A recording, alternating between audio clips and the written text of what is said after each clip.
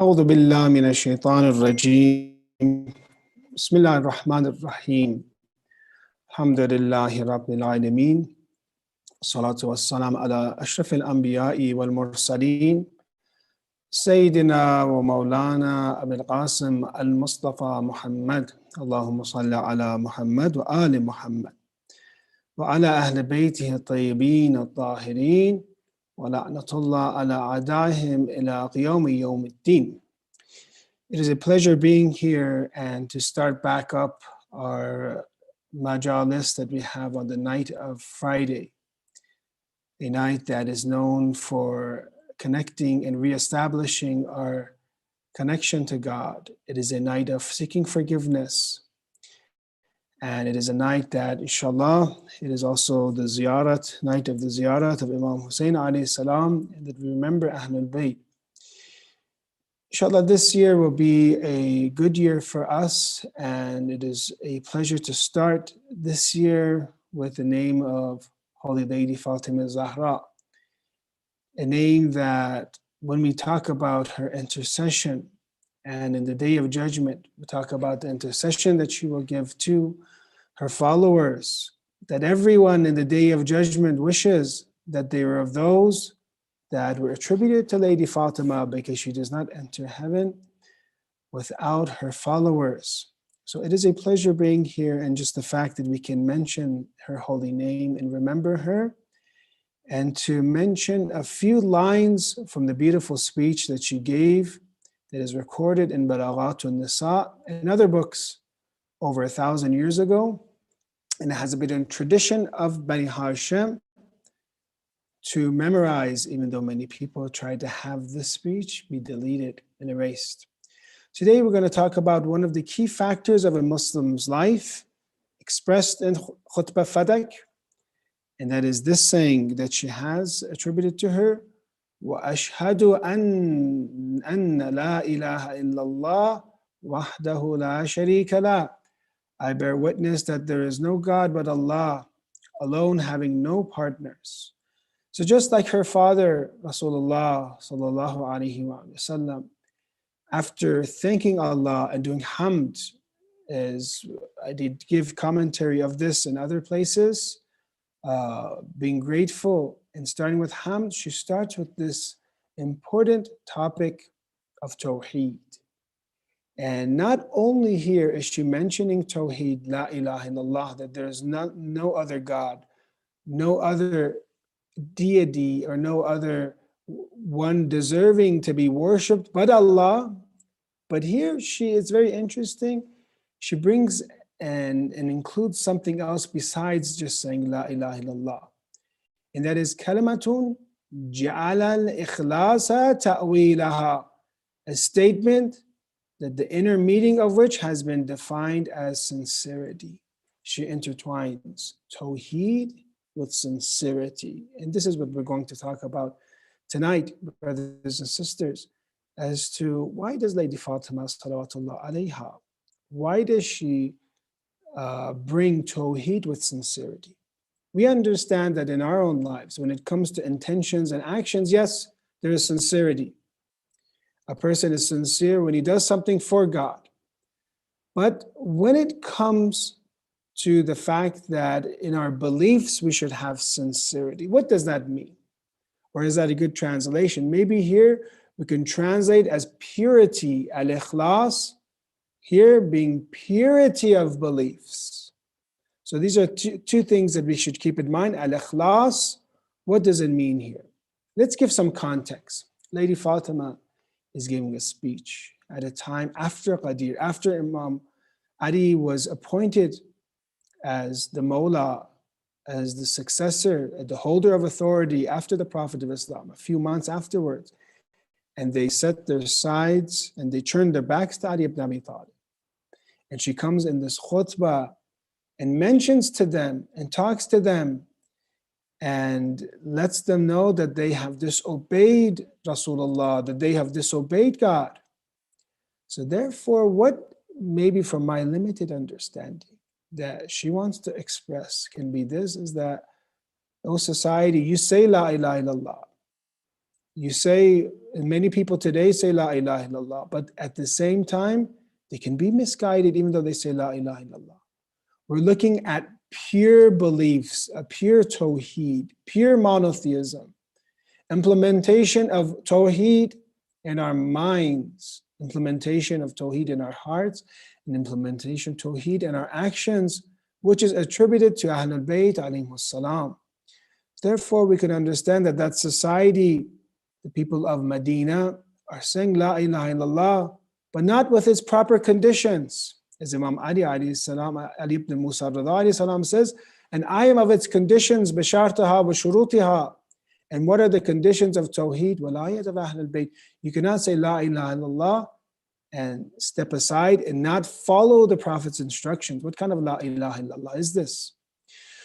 So that's one point that we see, that first is ikhlas, purity, or we can say sincerity with Tawheed, not just Tawheed, not just La ilaha illallah, this statement, with purity, with sincerity. Two, we say, وَضَمَّنَ الْقُلُوبَ مَوْصُولَهَا. Its means, this kalima, its means has been instilled in the hearts. What does it mean to be instilled in the hearts? وَأَنَارَ فِي الْفِكْرَةِ مَعْقُولَهَا. And its meaning gleams in the minds. And its meanings that of La ilaha illallah comes in the minds. So she is teaching, even though this is a time, we see a time, we could say, of challenge. Fatimiyya is Ashura. Just how Imam Ali alayhi salam in the battlefield, when he was asked about Tawheed, and the companion says, what time are you asking Ali ibn Abi Talib about Tawheed, theological questions? At the same time, Lady Fatima is also expressing and showing us the most significant and important concepts of Islam, even though her rights are being usurped. The rights of Imamah are being usurped. She is spreading Tawheed and the oneness of God. Therefore, we see this very beautifully in this speech, that here, besides, we see three things about Tawheed.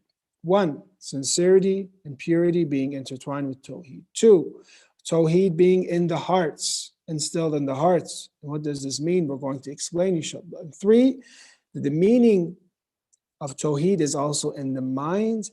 And then she begins a pure explanation of Tawheed, which we call Tawheed al-Salbi. She takes away all the attributes of any type of God that is separate, that is comparable to mankind, and takes that away from us. So brothers and sisters, when it comes to these 3 points, when it comes to Tawheed, we can understand this, that first of all, there needs to be purity, and we need to always, when we look at these sayings of Ahlul Bayt alayhimus salam, the goal of it is to apply it into our own lives. When we see Tawheed and Ikhlas, how can we have a pure Tawheed? How can we have true Tawheed?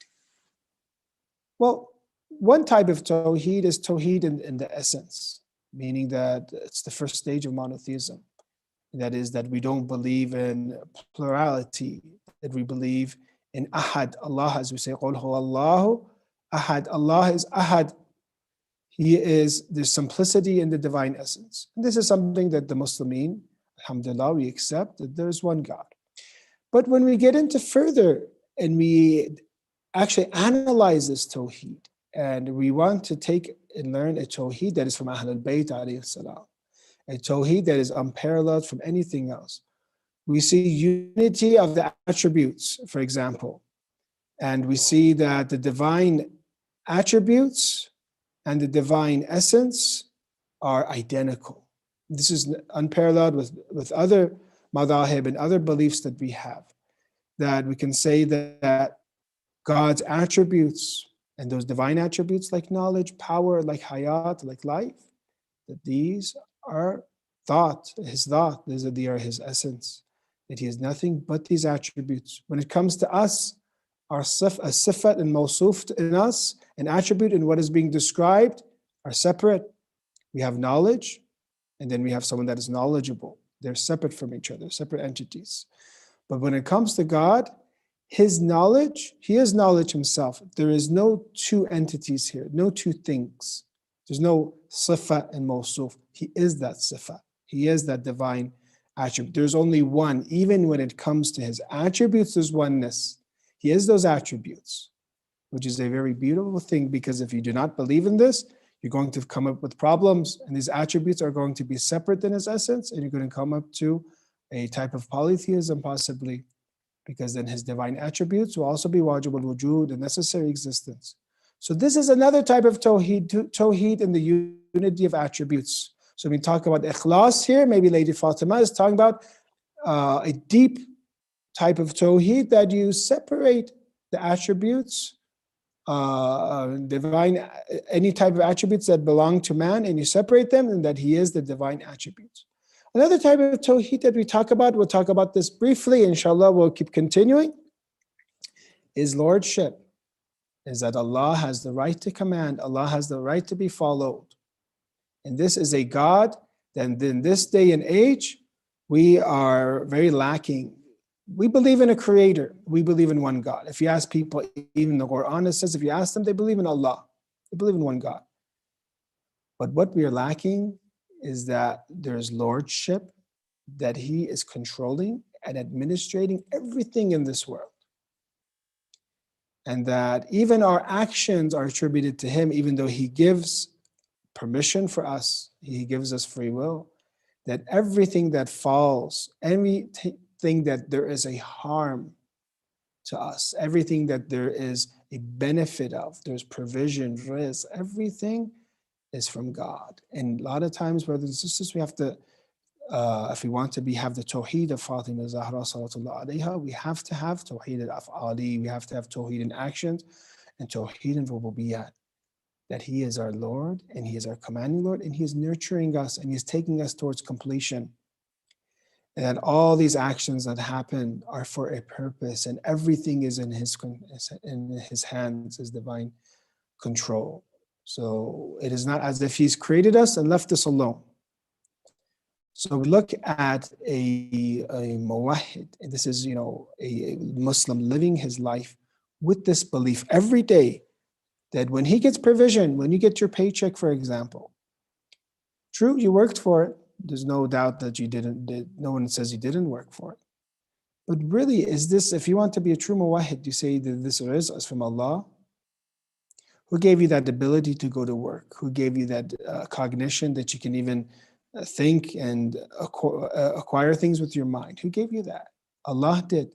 So the way that we have to live our lives is, we have to, first of all, when it comes to beliefs, really truly believe that everything is from God.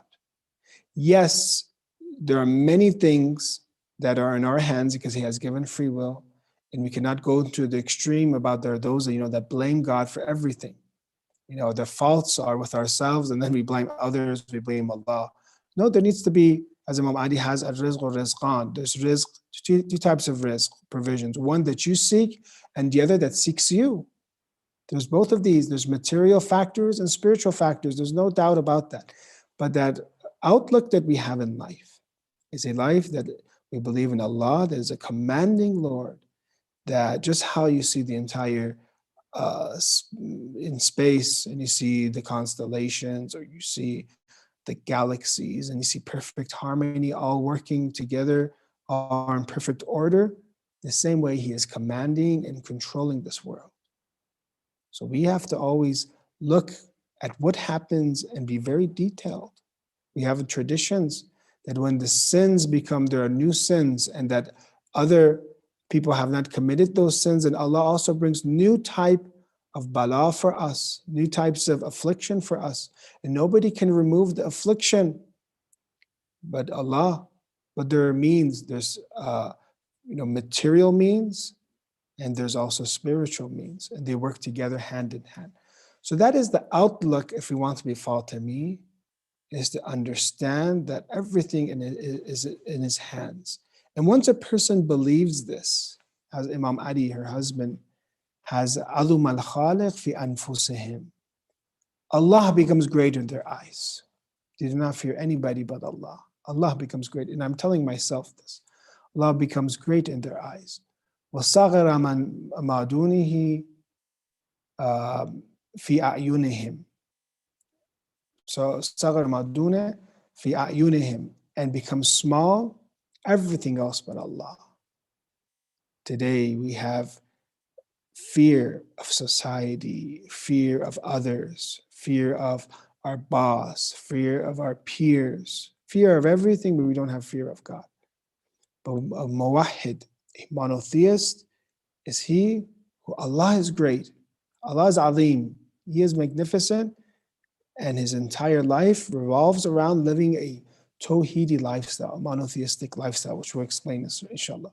So the first step of ikhlas is this, is in believing and instilling Tawheed in our beliefs and in our actions. Then Lady Fatima very beautifully talks about the place of Tawheed, that its means have been instilled in the hearts. وَضَمَّنَ الْقُلُوبَ مَوْصُولَهَا, that the hearts are the mawsul, or the place where Tawheed is reached. This is actually one of the highest steps of Tawheed, and that is Tawheed of witnessing and seeing. If they ask us, brothers and sisters, if our parents didn't talk about God to us, if our friends did not talk about God, if we never heard about God, would we believe in Him or not? Would we recognize Him or not? Because we believe Allah is fitri, it means it is ingrained in our soul, that we would say yes to this question. We believe in God even if no one told us about it. That's what it means. It is in us already. It is, we can say, the Prophet, as Allama Tabatabai has, that the Prophet is, a mudhakkir. The Prophet of Islam causes remembrance, that the teachings of Islam are already programmed inside of us. And what the Prophets are just doing is showing us and reminding us of what's already inside you. But the problem is that when something is fitri, when something is inside us, ingrained in us, we have barriers. We cause disruption in our hearts and in our souls, that these very basic concepts now become complicated. Now you need to have proofs to show His divine existence. You get confused about religion. Why? Because of the society, because of the barriers that we have in society at time period now, because of the barriers that we have caused in ourselves.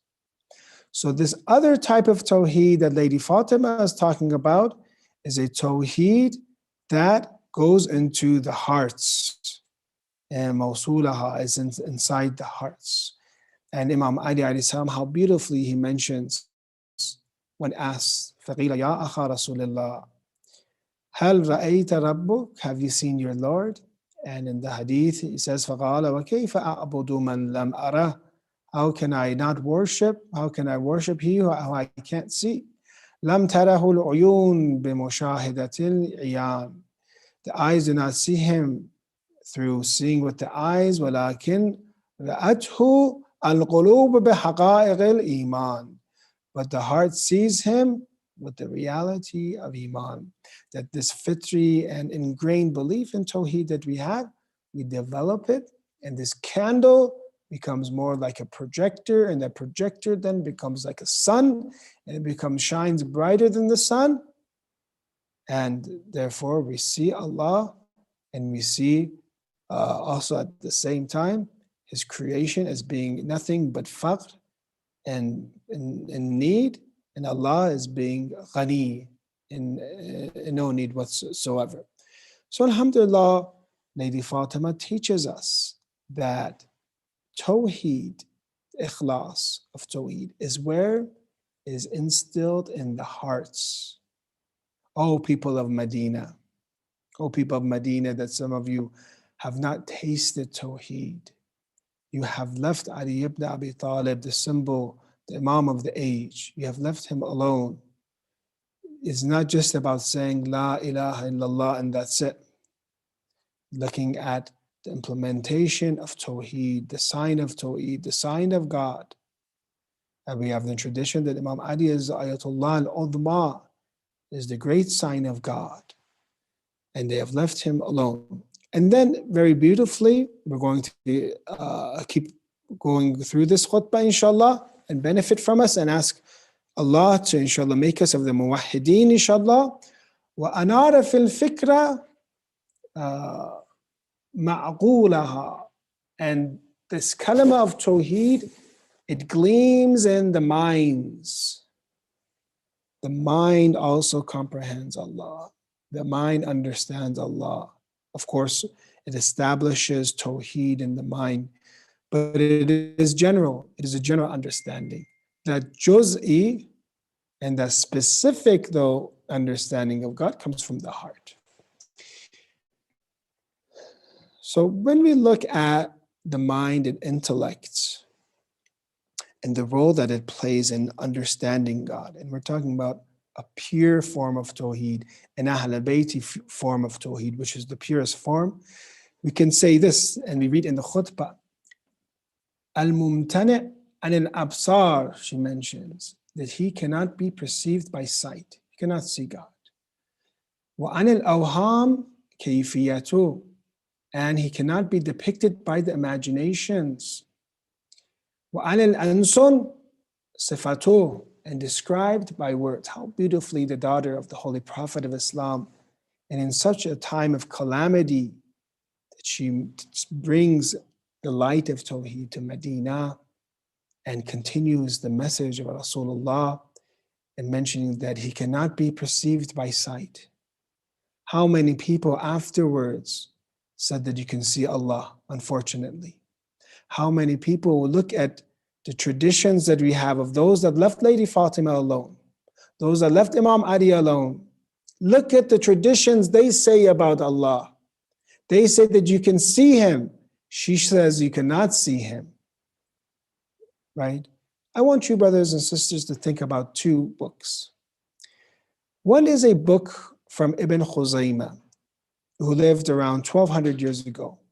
And after Sahih Bukhari and Muslim, he also has a Sahih, and is regarded as the next Sahih in line after these Sahih and other Sahih Ibn Hibban, for example. His also Sahih is also worthy. But this muhaddith from the Sunni school of thought has a book of Tawheed. And it is the line from those that have left Imam Ali and Lady Fatima and what they ended up with, their narrations. And that's enough for us to see the truth. Just look at the narrations they bring and look at this narration from Lady Fatima. He cannot be perceived by sight, depicted by imaginations, or described by words. So let's look about Ibn Khuzaymah. Ibn Khuzaymah, very clearly after the hadith and misunderstanding the Quran, he says about the face of God, because we have Wajhullah in the Quran.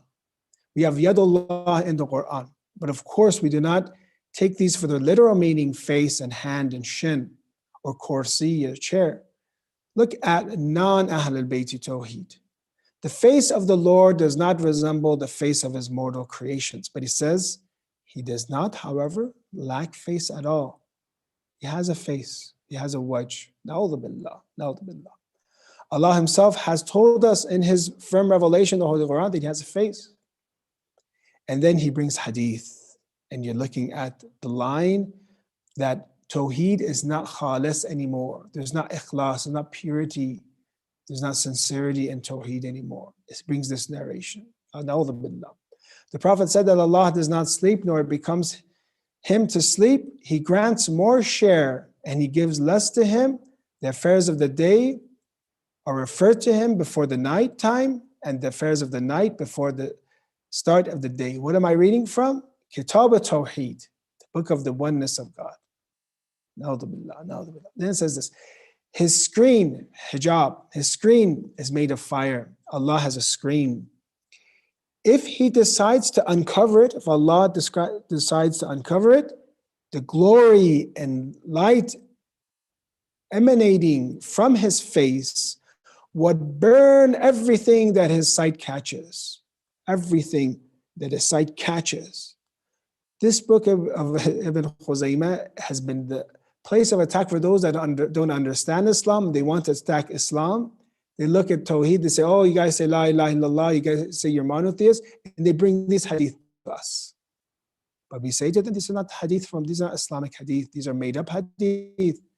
Allah, or the hadith that Allah has made man in his own image, has created man in his own image. These are things that Ahlul Bayt alayhim salam has rejected. These are things that the Quran has rejected. What does it mean when you say Laysa kamithlihi shay? Nothing is like him. What does that mean? Or when we say Ahad, that there's no, that there's simplicity in the divine essence. So brothers and sisters, you have to know the worth of those things that have been given to you in this way in form. And you have to know that when you separate yourselves from Ahlul Bayt, it does not just mean an issue of, say, power. It is a way, a school of thought. It is the way that you are going to understand the Quran. It is the context that you understand the Quran. It is divine guidance that you're going to have. And that those that have left the hadith and have not gotten their knowledge from Quran and Ahlul Bayt alayhi salam, then the Bani Umayyah and Bani Abbas now are those that dictate, and Tamim al-Dari, a Christian, and Ka'b al-Ahwar, a Jew, comes and does tafsir of the Quran for them and gives them stories of the prophets before them, and then the religion comes from them. So look at the line of Fatima and look at this implication, which means that this is that it leads us to pure Tawheed. At the end of tonight's majlis, so therefore we understand that how beautifully Lady Fatima al-Zahra in Khutbah Fadak. And we should, during Fatimiyya this time, read about what she says, that I bear witness that there's no God but Allah alone, having no partners, a statement, the inner meaning of which has been defined as sincerity.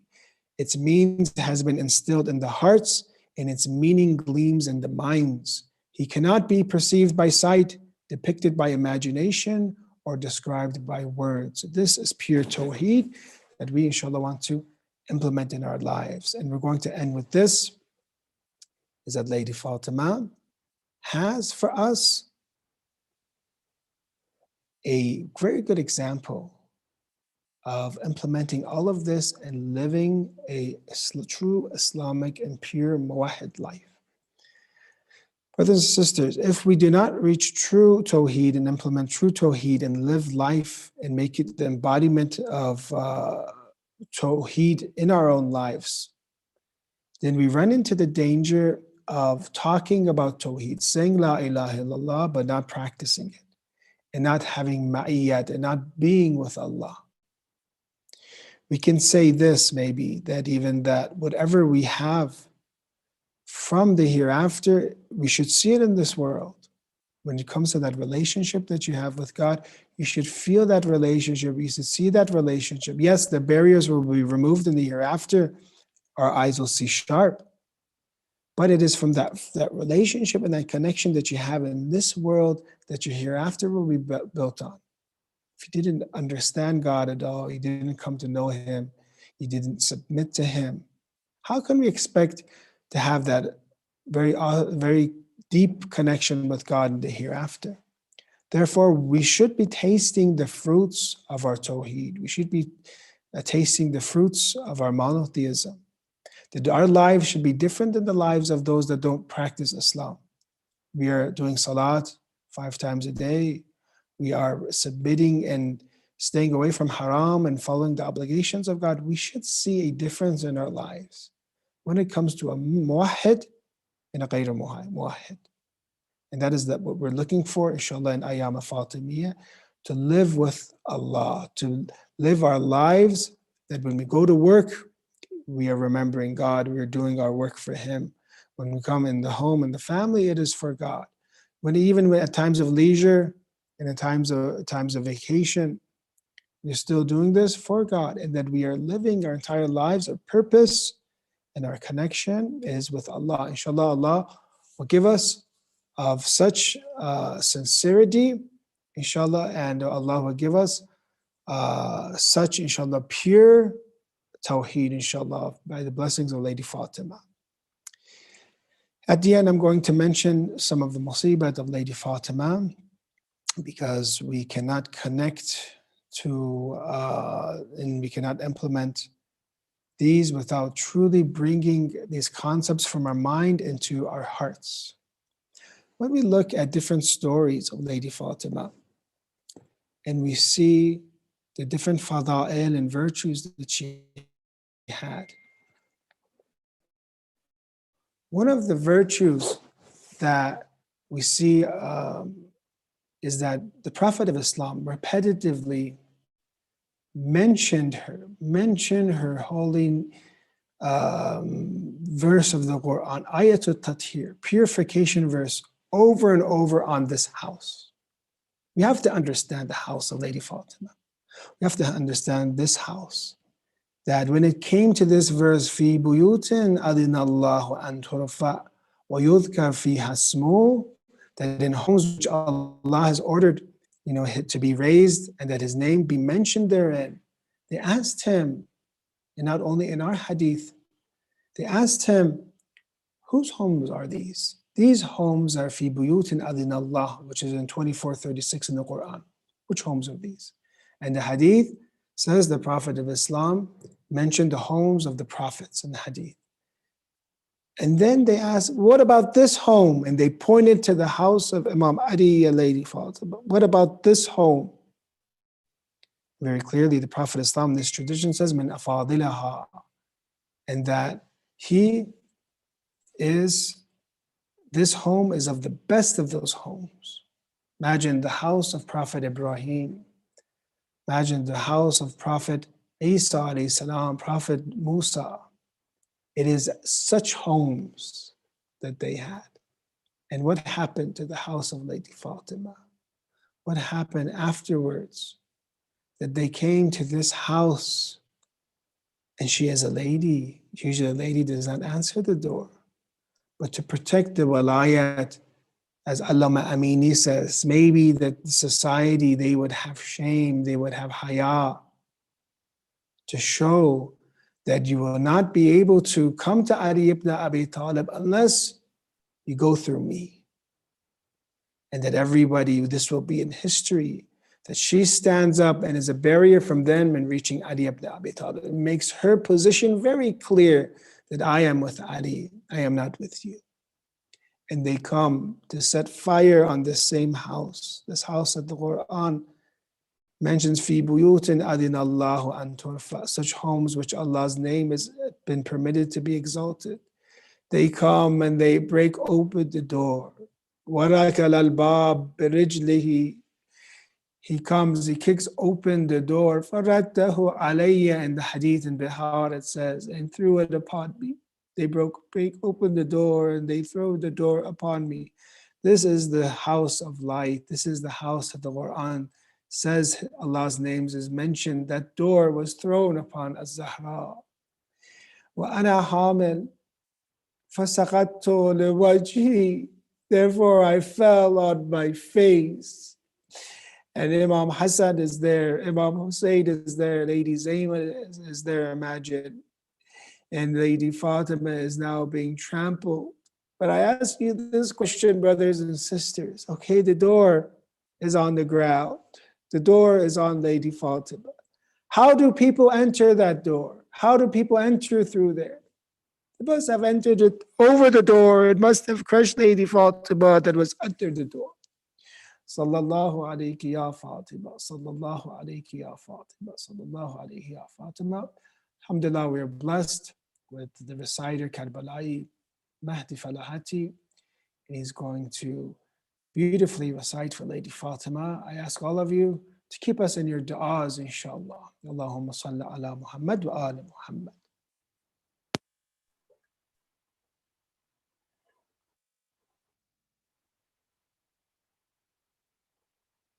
اللهم صل على محمد وآل محمد وعجل فرجه.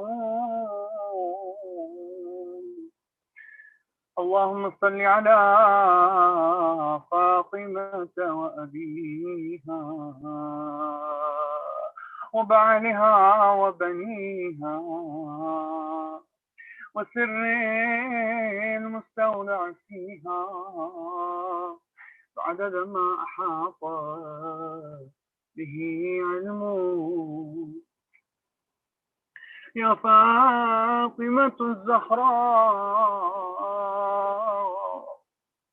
يا بنت محمد يا قرة عين الرسول يا سيدتنا ومولاتنا إنا توجهنا واستشفانا وتوسلنا بك إلى الله وقدمناك بين يدي حاجاتنا يا وجيهة عند الله اشفعي لنا عند الله يا وجيهة عند الله اشفعي لنا عند الله يا زهراء يا زهراء يا زهراء يا زهراء. Oh, the purest, pious lady of light. Oh, the purest, pious lady of light. An example of dignity and might. An example of dignity and might. How can we not shed a tear for you? How can we not shed a tear for you when we see the pain that you went through? When we see the pain that you went through, Ya Zahra, Ya Zahra, Ya Zahra, Ya Zahra. From a young age, you have faced tyranny. From a young age, you have faced tyranny. Felt great pain as you lost your baby. Felt great pain as you lost your baby. Suffered sorrow as your father left you. Suffered sorrow as your father left you. Yet you stayed strong. We wish to be like you. Yet you stay strong. We wish to be like you. Ya Zahra, Ya Zahra, Ya Zahra, Ya Zahra. Sayyidatun Nisa'ul Alamin. Sayyidatun Nisa'ul Alamin. Your mother, the heiress, uncrowned queen.